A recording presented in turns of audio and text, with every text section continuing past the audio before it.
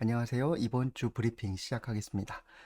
첫 번째 소식은 서울시 사회서비스원에서 성희롱, 폭언 등에 대한 피해 예방책을 마련했다고 하는데, 뭘 도입하는 거냐 하면 사원증 케이스 있죠? 목에 걸고 다니는 그거, 근데 녹음기로 쓸 수 있는 게 있어요. 그거를 이제 보급했다라고 하는 건데, 요거는 우리 복지계 현장에서도 충분히 도입할 수 있을 것 같아서 선례로 서울시 사회서비스원이 도입을 하니까 그걸 참고하시면 좋겠다 싶어서 소개해 드립니다.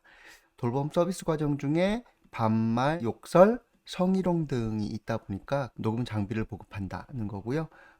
녹음이 되고 있으면 사전에 고지함으로써 좀 더 안전한 상황을 만들려고 한다. 그 녹음기가 어떤 녹음기냐 하면 직원들이 항상 폐영하는 사원증 케이스 형태로 움직임이 많은 업무 중에서도 언제 어디서든 버튼만 누르면 현장의 녹음이 가능하도록 설계되어 있고, 이렇게 검색하시면 될 것 같아요. 사원증 케이스 녹음기라고 하는 것으로 보시면, 그러면 진짜 사원증처럼 생겼고 뒤에 그냥 버튼만 있어서 그러면 녹음할 수 있고, 그거 나중에 컴퓨터에 연결해 가지고 다운로드 받을 수 있는 형태로 되어 있더라고요. 이런 것들을 지금 서울시 사회서비스원이 도입하니까, 그래서 기관 차원에서 이걸 도입하시면 좋지 않을까 싶어서 소개해 드립니다.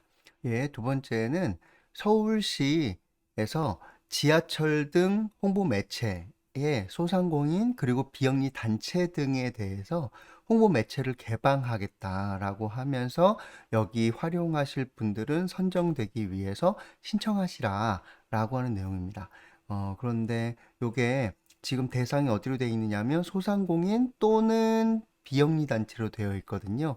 그래서 서울 소재에 있는 복지기관들 중에서 이렇게 신청해 보시면 어떨까 생각이 들었고, 그리고 4월 5일부터 5월 6일까지 진행한다고, 그러니까 공모를 이렇게 진행하는 거예요.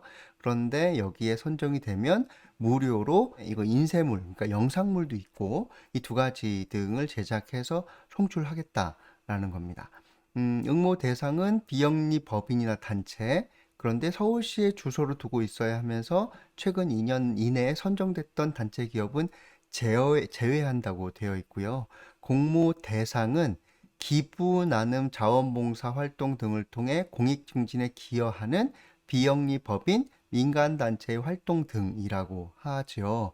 그러니까 복지기관에서 하시면 저는 괜찮겠다 싶고요. 그다음에 전체 인쇄 매체는 지하철 내부 모서리, 가로 판매대, 구두 수선대 등 8,000면이라고 하니까, 요거는 사진으로 나와 있어요. 요런 데 말하는 겁니다. 서울 지하철 타면은 모서리에 이렇게 있죠. 여기를 지원해 주겠다라는 거예요. 이용할 수 있도록. 그리고 가로 판매대 옆에 있는 거, 그 다음에 구두 수선대에도 붙어 있는 거, 여기를 지원하겠다라고 하는 건데, 또 영상 매체는 서울시 본청사 시민 게시판과 지하철역의 미디어 보드라고 있어요. 예, 그 지하철역에 있는 것들, 그리고 시립시설의 영상 장비 등 총 110여 대를 제공한다는 겁니다. 5월 말에 선정이 될 예정이고, 그런데 상반기에는 25개 내외 단체를 선정할 계획이래요. 그러니까 유사한 활동을 하고 있는 복지기관들끼리 구 여러 개 있잖아요. 서울에서 그 구에 있는 곳들끼리 서로 연결해서 뭐 컨소시엄을 맺던 아니면 연대해서 그렇게 내시면 조금 더 가능성이 높아지지 않을까 싶고, 그래서 선정 단체에 대한 홍보는 2022년 9월부터 2023년 1월까지 광고가 진행될 예정이라고 합니다. 그리고 혹시 선정이 되면 서울시로부터 디자인, 기획, 인쇄, 부착 및 영상 제작, 송출 등 광고 전반에 대한 지원을 받게 되고, 특히 광고물 제작 시에는 전문성과 아이디어를 갖춘 청년 창업 초기 기업 등을 적극 활용할 계획이라고 하니까 이렇게 같이 붙어서 할 수 있다는 얘기인 것 같아요. 그래서 한번 고려해 보시면 어떨까 싶습니다. 예, 세 번째는 서울시 중장년 1인 가구 혼밥 대신 같이 요리 식사하면서 건강 외로움 함께 챙긴다 라고 하는데, 요새 어, 서울시에서 1인 가구에 대한 대책들이 막 쏟아져 나오고 있거든요. 요거는 두 가지인 것 같은데 실제로도 1인 가구의 위험성이 높아진 부분도 있고 그리고 또 서울시의 오세훈 시장이 바뀌면서 공약 중에 1인 가구로 적극 생기겠다 했었던 내용도 있어요. 그러니까 이런 것들이 맞붙어서 가는데 어쨌든 서울 차원에서는 1인 가구에 대해서 엄청나게 대책들이 쏟아져 나오고 있다. 요런 트렌드를 읽으실 수 있을 것 같고요.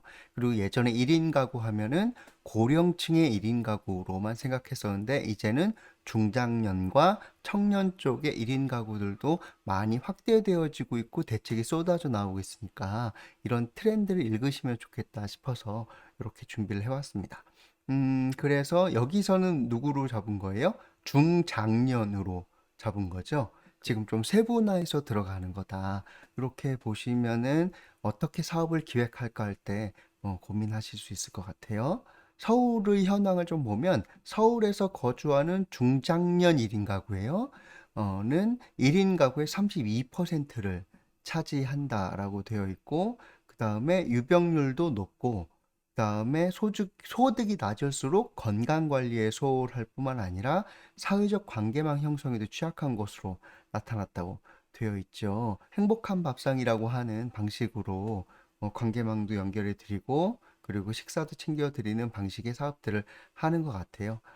특히 이 활동에 보면 보건소도 있고요. 그런데 50 스타트 센터, 그 다음에 50 플러스 센터, 그리고 종합사회복지관, 그리고 여기는 뭐 경제정책과, 그리고 성민종합사회복지관, 가족센터, 복지지원과, 가족센터, 이런 식으로 진행을 하더라고요. 그러니까 이렇게 보면 복지 쪽에서도 이제 1인 가구에 대한 대응이 실제로 이루어지고 있고 사실은 이런 일들은 몇 년 전부터 많이 중시되어서 했었는데 이제 중장년이든 이렇게 쪼개서 들어가는 1인 가구 정책들이 늘어나고 있는 트렌드다. 이렇게 이해하시면 될 것 같아요. 예, 여기까지 진행하겠습니다. 고맙습니다.